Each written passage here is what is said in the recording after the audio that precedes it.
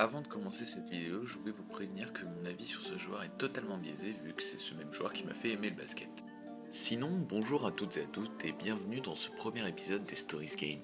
Aujourd'hui, nous allons vous parler d'un joueur tout droit venu de Californie. Un formidable ailier de 2m03 pour 100 kg du doux nom de Paul Clifton Anthony George.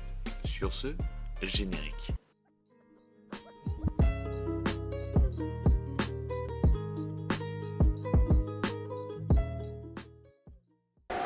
With the 10th pick in the 2010 NBA Draft, the Indiana Pacers select Paul George of Fresno State University. Paul George a commencé à être connu à l'université de Fresno, en Californie, grâce à ses prouesses athlétiques et techniques. Son shoot aiguisé comme une lame et ses 360 dunks sont de bons exemples. Et c'est ce qui lui a permis d'atteindre la 10e place de la draft 2010, où il a pu plier bagage pour l'Indiana.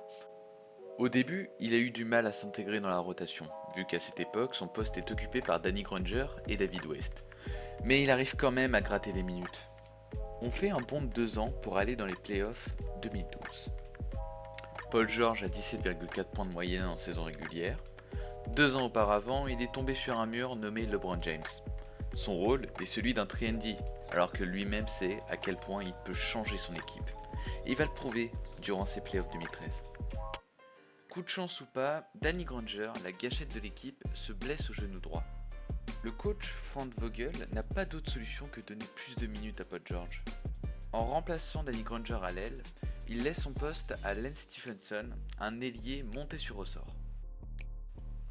Ce changement de poste l'a transformé. Ce n'est plus un 3&D, mais un all-around player, ce qui lui vaut la distinction de joueur de la semaine et enchaînant des grosses perfs, 27, 28 et même un triple-double pour finir la saison sur un bilan positif. Le retour en playoff de PG est plutôt bien, en mettant 4-2 aux Hawks d'Atlanta et 4-2 aux Knicks de Carmelo Anthony. Mais le travail n'est pas fini, le plus dur est devant lui. Au final de conférence, face au Miami Heat des Tres Amigos que sont LeBron James, Dwayne Wade et Chris Bosh, les mêmes qui les ont sweepés en 2011. Mais bon, la vengeance est un plat qui se mange froid et je peux vous le dire, PG n'est pas prêt à se laisser faire et il va le prouver durant ses 7 prochains matchs. Drive, ligne de fond, dunk, shoot assassin au buzzer, il déploie toute sa palette offensive et même défensif. Mais bon, le Heat est très fort et arrive quand même à gagner leurs 4 matchs pour atteindre les finales et réaliser leur back-to-back. Mais PG en a encore dans le ventre et il va nous le montrer durant les playoffs 2014. Bon, je vous ai un peu menti, ces playoffs sont pas folles. 4-3 contre les Hawks, 4-2 contre les Wizards, et pour finir sur la plus déplorable des séries de cette année, 2-4 contre le Heat des Tres Amigos. PG nous a fait une bonne série en réussissant à museler le King sous la barre des 7 points durant le match 5. Mais malheureusement, l'armada du Heat est trop forte et finit la série sous le score de 4-2. S'ensuit 4 années où il arrivera à aller en playoff mais n'arrivera pas à gagner le titre. Et suite à ces 4 années de choke, il fut échangé contre Domantas Sabonis et Victor Oladipo pour former un Big Three avec Carmelo Anthony et Russell Westbrook. Sur le papier, ce trio est très alléchant. Carmelo Anthony, l'un des meilleurs en termes de scoring pur et dur. Monsieur triple-double, Russell Westbrook, qui a dépassé Big O cette année-là. Et pour finir, Paul George, un des meilleurs all-around players de la ligue.